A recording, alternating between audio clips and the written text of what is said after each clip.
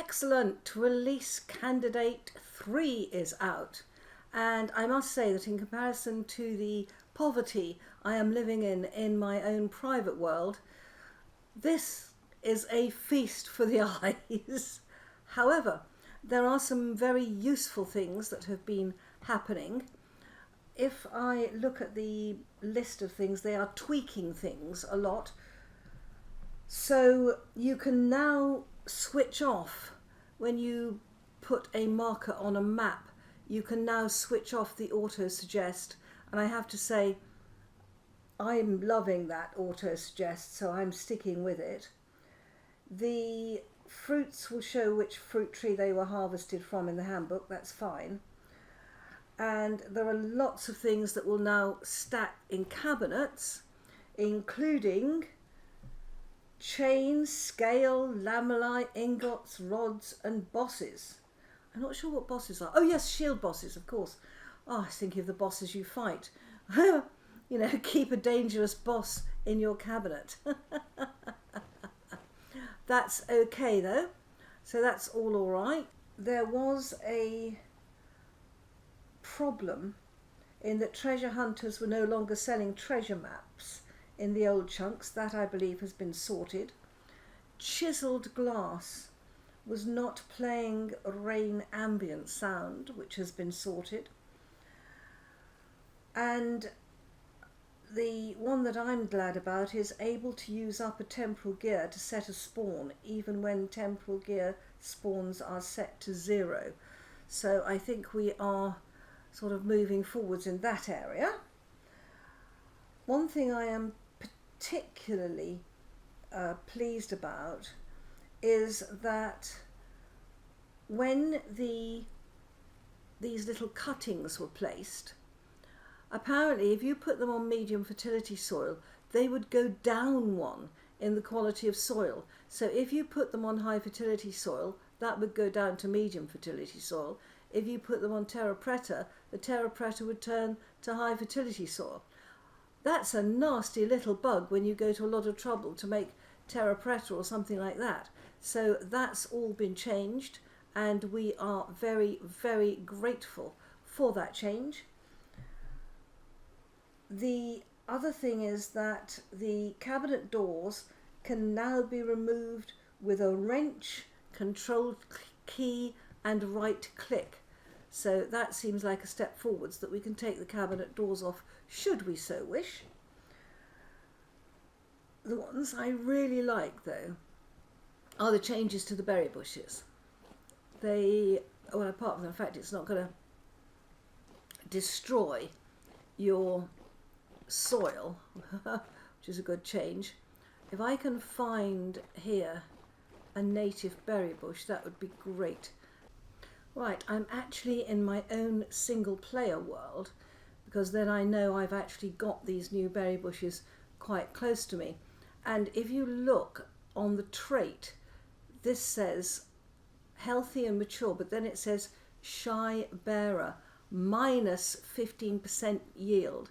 So they put the minus traits in red, and this one is healthy flowering. It doesn't show a trait.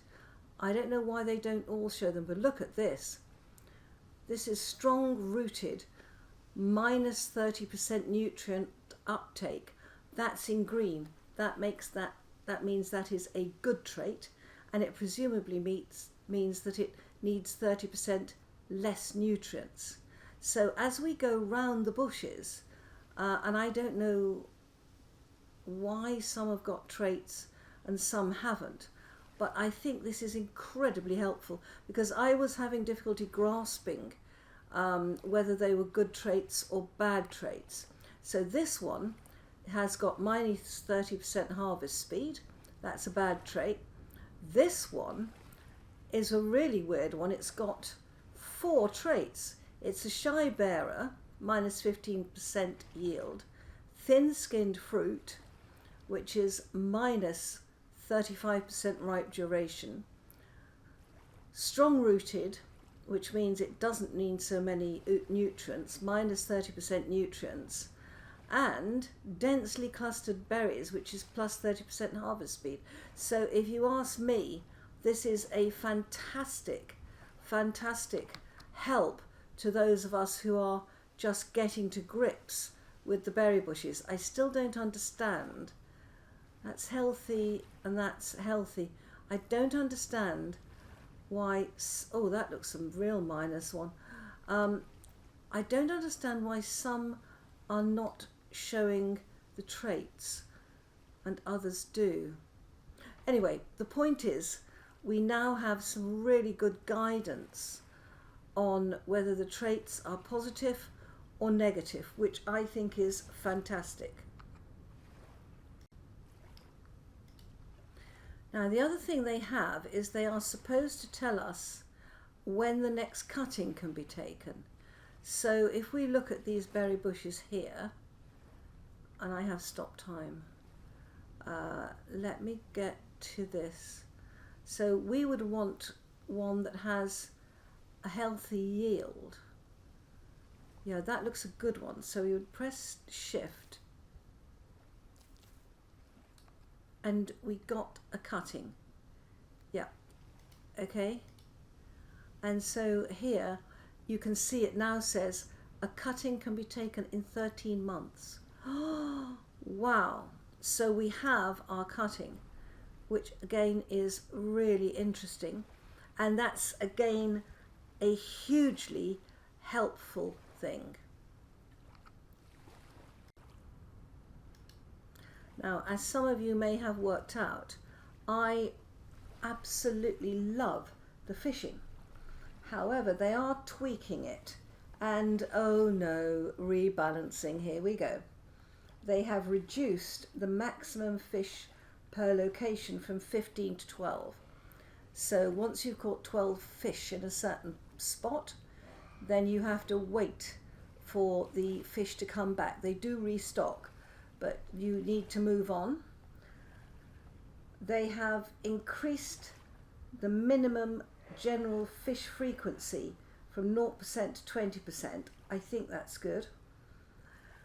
We can now exchange bait on the fishing pole, but it says in the next update, some fish will only bite with certain bait. Oh no, because at the moment they, you know, a dead worm is a dead worm, but that looks as if they're going to become a little more choosy and therefore more difficult to catch.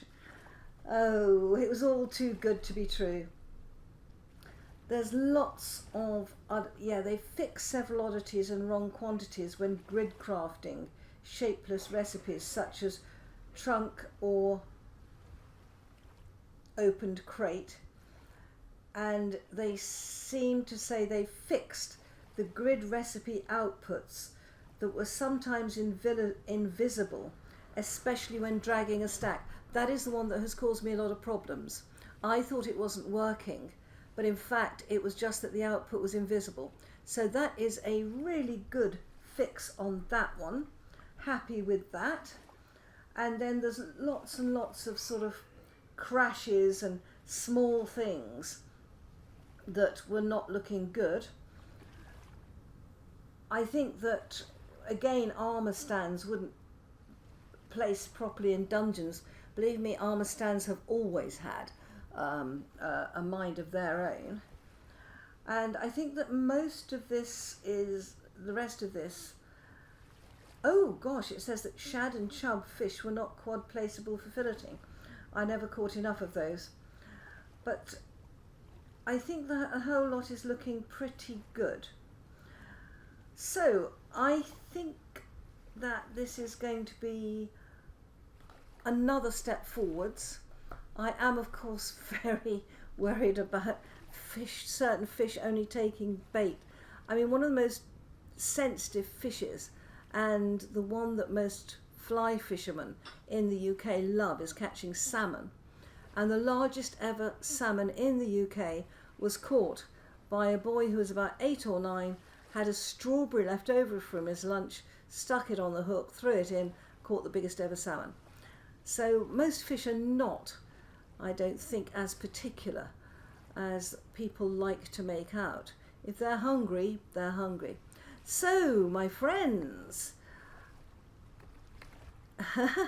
Here I am. I'm in creative. Then I didn't get killed by something, because there's lots of wolves and all sorts of nasties in my single player world. And this is why I've got this slightly odd look, as if I'm running forwards.